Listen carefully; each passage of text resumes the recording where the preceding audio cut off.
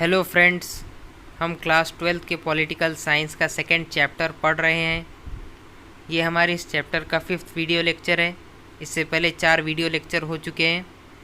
तो चलिए स्टार्ट करते हैं। Social and cultural issues.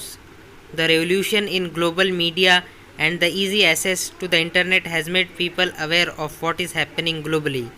This, along with the movement of the people within the country and the world, has had an impact on the society and culture.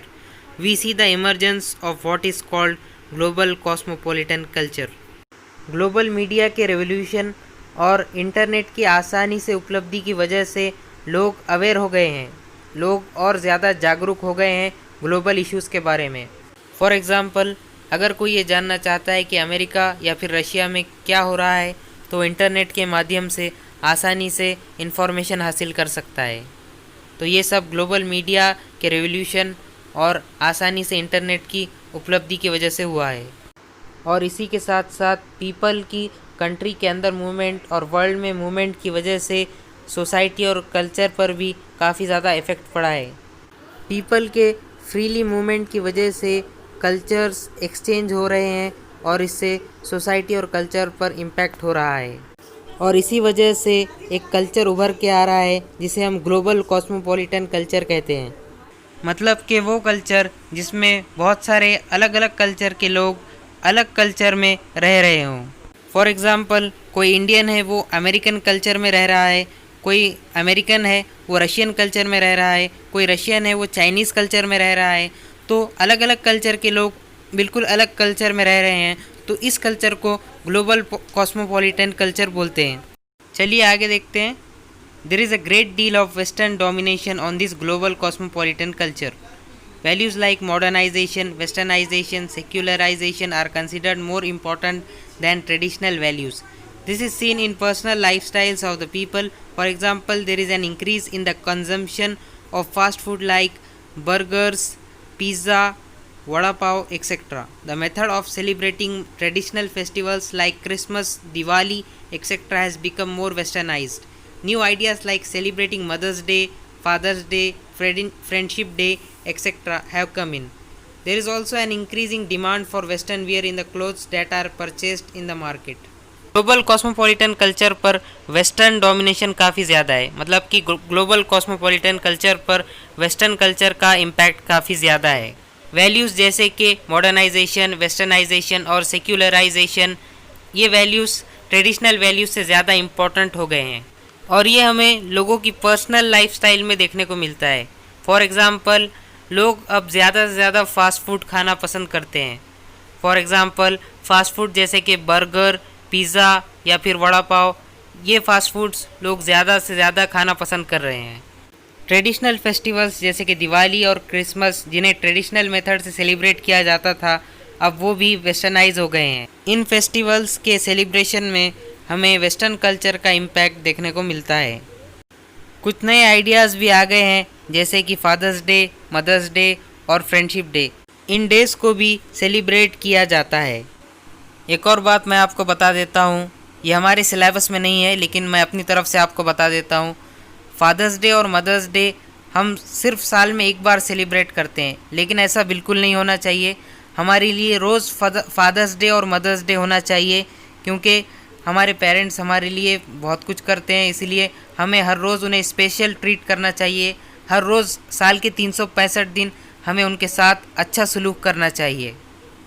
चलिए आगे बढ़ते हैं। Western culture का impact हमें अपने markets पर भी देखने को मिलता है, क्योंकि वेस्टर्न क्लोथ्स की डिमांड हमारे मार्केट्स में काफ़ी ज़्यादा बढ़ गई है। लोग वेस्टर्न क्लोथ्स को भी काफ़ी ज़्यादा पसंद कर रहे हैं। Another aspect of this global culture is the rise of individualism and materialism in the society. The breakup of traditional family system was mainly due to urbanization. This has been further enhanced by the concept of individualism. We are likely to hear the words "I want my privacy" or "this is my personal space" right from school-going children to elderly people. Similarly, the tendency to spend beyond one's financial means has increased due to the introduction of the credit cards.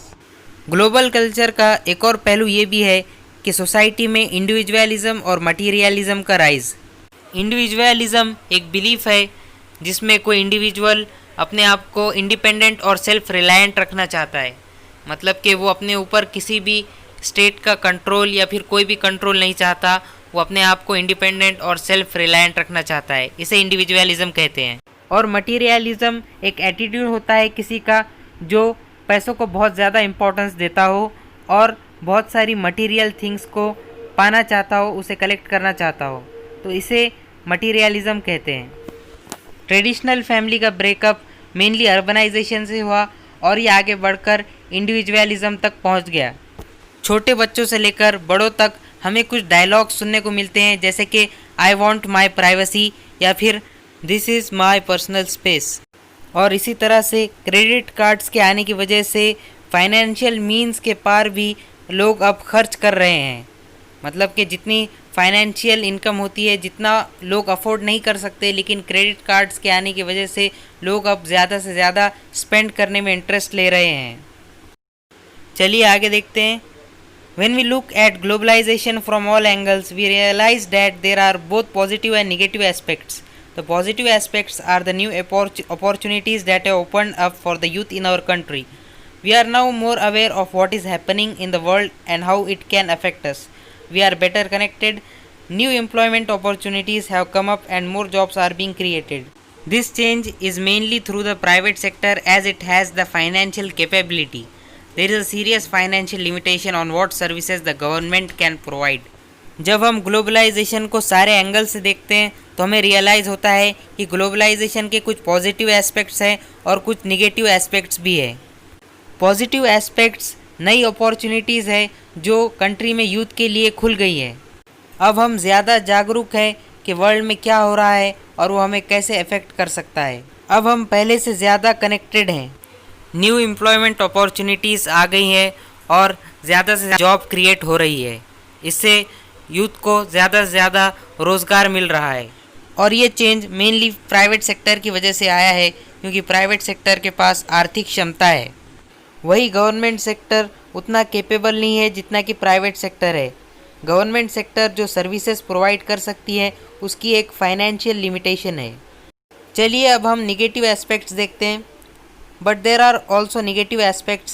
There is a fear that the welfare activity that the state provides would come to an end.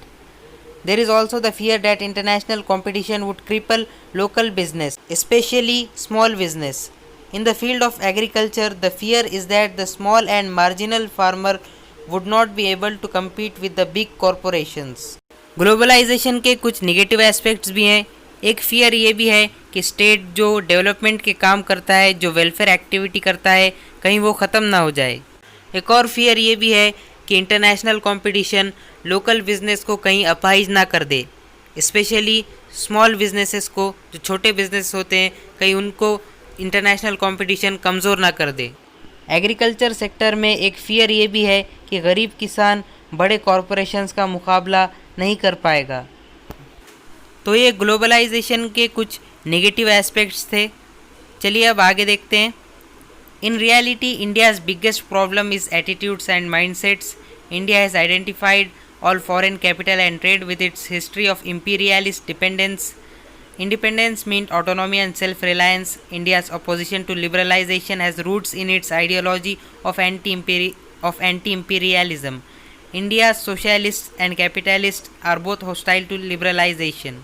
The former for ideological reasons, the latter because of the fear of losing the traditional protection that they have enjoyed in India. In the long run, it is for the Indian state to protect its core values and ensure that the welfare net is maintained so the marginalized and the underprivileged people do not suffer. This continues to be an important role of the state in the age of globalization. तो reality ये है कि India की सबसे बड़ी problem उसके mindsets और उसके एटीट्यूड्स हैं। इंडिया ने सारे फॉरेन कैपिटल और ट्रेड को अपनी इम्पीरियलिस्ट डिपेंडेंस की हिस्ट्री से पहचान लिया था। इंडिपेंडेंस का मतलब होता है ऑटोनॉमी और सेल्फ रिलायंस। ऑटोनॉमी का मतलब होता है सेल्फ कंट्रोल और सेल्फ रिलायंस का मतलब होता है आत्मविश्वास। इंडिया ने हमेशा से ही लिबरलाइजेशन का अपोज किया है। इसकी जड़ें हमें एंटी इम्पीरियलिज्म की आइडियोलॉजी में मिलती है। मतलब कि इंडिया ने कभी भी इम्पीरियलिज्म को पसंद नहीं किया, हमेशा इंपीरियलिज्म के खिलाफ ही रहा। इंडिया के कैपिटलिस्ट और सोशलिस्ट दोनों ही लिबरलाइजेशन के खिलाफ रहे हैं। पहले के सोशलिस्ट और कैपिटलिस्ट लिबरलाइजेशन के खिलाफ रहे हैं आइडियोलॉजिकल रीजंस की वजह से, और बाद के इस वजह से कि जो ट्रेडिशनल प्रोटेक्शन उन्हें इंडिया में मिला है कहीं वो ख़त्म ना हो जाए। लॉन्ग रन में इंडिया को अपने कोर वैल्यूज़ को प्रोटेक्ट करना है और ये इंश्योर करना है कि सही से डेवलपमेंट, सही से वेलफेयर हो सके, ताकि जो मार्जिनलाइज्ड पीपल है, जो अंडर प्रिविलेज्ड पीपल है, उनको सफ़र ना करना पड़े। और ग्लोबलाइजेशन के एज में स्टेट का ये एक इम्पॉर्टेंट रोल है।